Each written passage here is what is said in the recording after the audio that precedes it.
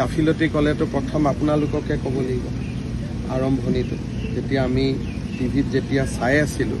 আপোনালোকে যি ধৰণে মানুহৰ সাক্ষাৎকাৰ লৈ আছিলে আৰম্ভণিটোতো আপোনালোকৰ পৰাই হোৱা বুলি ক'ব লাগিব মই ক'লো প্ৰথম এইটোকে ক'ম যে আপোনালোকে যদি মানুহক মাতি মাতি আনি ইণ্টাৰভিউ নল'লেহেঁতেন ঘটনা নঘটিলে মানে কোনো নহয় যে প্ৰথম যদি এইকাৰণে মোক এইটো বিষয়ে সুধিব নালাগে সুধিলে মই আপোনালোককে ক'ব লাগিব কাৰণ প্ৰথম আৰম্ভণিটো ইয়াততো 10জন মানুহো গোট খোৱা নাছিল আপোনালোকে মানুহ মাতি আনি যেতিয়া ইণ্টাৰভিউ লোৱা আৰম্ভ কৰিলে মইতো টিভিত গোটেই বস্তুটো চাই আছিলোঁ তাৰ পৰাই ঘটনাটোৰ সৃষ্টি হ'ল পুলিচৰতো ইনফৰমেশ্যন থাকিব নোৱাৰে কাৰণ কোৰ্টে অৰ্ডাৰ দিয়াৰ পিছতহে তেখেতক আমি আনিবলগীয়া হ'ল কোৰ্টে যে অৰ্ডাৰ দিব যে অমুক জেলত লৈ যাব লাগে তমুক জেলত লৈ যাব লাগে সেইটোতো আমি নাজানিছিলোঁ আইনে 9:30 বজাত অৰ্ডাৰ দিছে গতিকে যিখিনি হৈছে 9:30 বজাৰ পিছত হৈছে গতিকে প্ৰথম যদি জুডিচিয়েল ইনকুৱাৰী হয়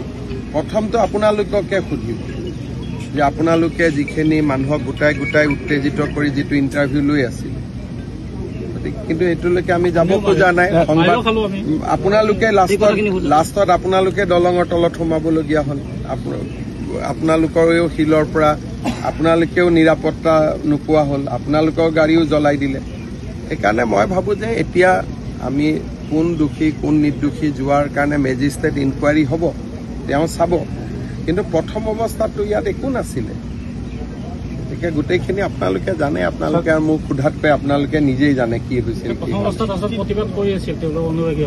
মানে অনুৰাগীসকলক গমটো কোনে দিলে অনুৰাগীটো আমিও অনুৰাগী আপুনিও অনুৰাগীতো কোনো কথা নাই কিন্তু ন্যায় বিচাৰিছে ন্যায় বিচাৰাৰ কাৰণেতো মানুহক জেলত ৰখা হৈছে আচলতেতো আদৰণিহে জনাবলগীয়া কথা আছিল যে তেখেতক জামিন নিদি জেলত দিয়া হ'ল কথাটো প্ৰচাৰটোৱে ভুলকৈ হ'ল নহয় যে এজন অভিযুক্তই 15 দিন লকআপত থকাৰ পিছত ইউজুৱেলি কোৰ্টে জামিন দিয়ে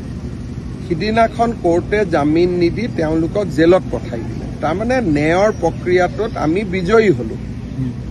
আমি বিজয়ী হোৱা কথাটো নকয় আপোনালোকে পৰাজিত হোৱা ধৰণৰ কথাটো কৈ দিলে আৰু সাধাৰণতে কি হয় আপোনালোকে জানে যে মাৰ্ডাৰ কেছ হওক কিবা কেছ হওক 10-15 দিন পিছত আসামীয়ে বেইল পায় সিদিনাখন আসামীয়ে বেইল নাপালে তেওঁক জেলত পঠিয়ালে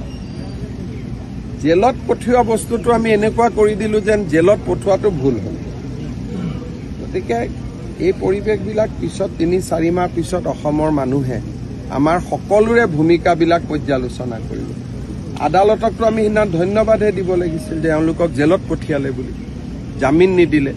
আদালতক ধন্যবাদ দিয়াৰ পৰিৱৰ্তে আমি হুলস্থুল লগাই দিলোঁ জামিন পালেহে হুলস্থুল লগাব লাগিছিল তেওঁলোককতো জামিন দিয়া হোৱা নাই জেলতহে দিছিলে আৰু জেলত আহোঁতে আমি ভালহে পাব লাগিছিল ন্যায় বিচৰা মানুহখিনিয়ে তেওঁলোকক আদালতে জেলত নিক্ষেপ কৰিছে কিন্তু গোটেই অসমতে কথাটো এনেকৈ উলিয়াই দিলে আমাৰ ডেকা ল'ৰাবিলাকতো আপোনালোকে জানে আৱেগিক হৈ আছিলে সেইকাৰণে ডেকা ল'ৰাখিনিক আমি কেনেকৈ পৰিচালনা কৰিম আমাৰ ওপৰত নিৰ্ভৰ কৰে আৱেগিকটো আমি কৰিব পাৰিম কিন্তু আজি যি 2জন ল'ৰা আক্ৰান্ত হৈ আছে মাক দেউতাকৰ কষ্টটো আমিতো উত্তেজিত কৰাসকলে বুজি পোৱা নাই মাক দেউতাকেহে বুজি পাই আছে গতিকে ডেকা ল'ৰাখিনিক সঁচা কথা কোৱা দায়িত্বটো আমাৰ হয়নে নহয় যে ভাৰতীয় গণতন্ত্ৰত ন্যায়ৰ প্ৰক্ৰিয়াটো কেনেকৈ আগবাঢ়ে পুলিচে ইনভেষ্টিগেশ্যন কৰে চাৰ্জশ্বিট দিয়ে কোৰ্টে বিচাৰ কৰে কোৰ্টে শাস্তি দিয়ে কিন্তু আমি মানুহখিনিক ন্যায়ৰ প্ৰক্ৰিয়াটো বুজাই দিব লাগিবনে নাই আজিতো গাঁৱৰ ৰাইজে তেওঁলোক কোনো মই নাভাবোঁ যে কোনোবা কলেজৰ প্ৰফেচাৰ কিন্তু গাঁৱৰ মানুহেতো ক'লে যে কাৰ্যপালিকা ন্যায়পালিকা তাৰ যিটো স্তৰ আছে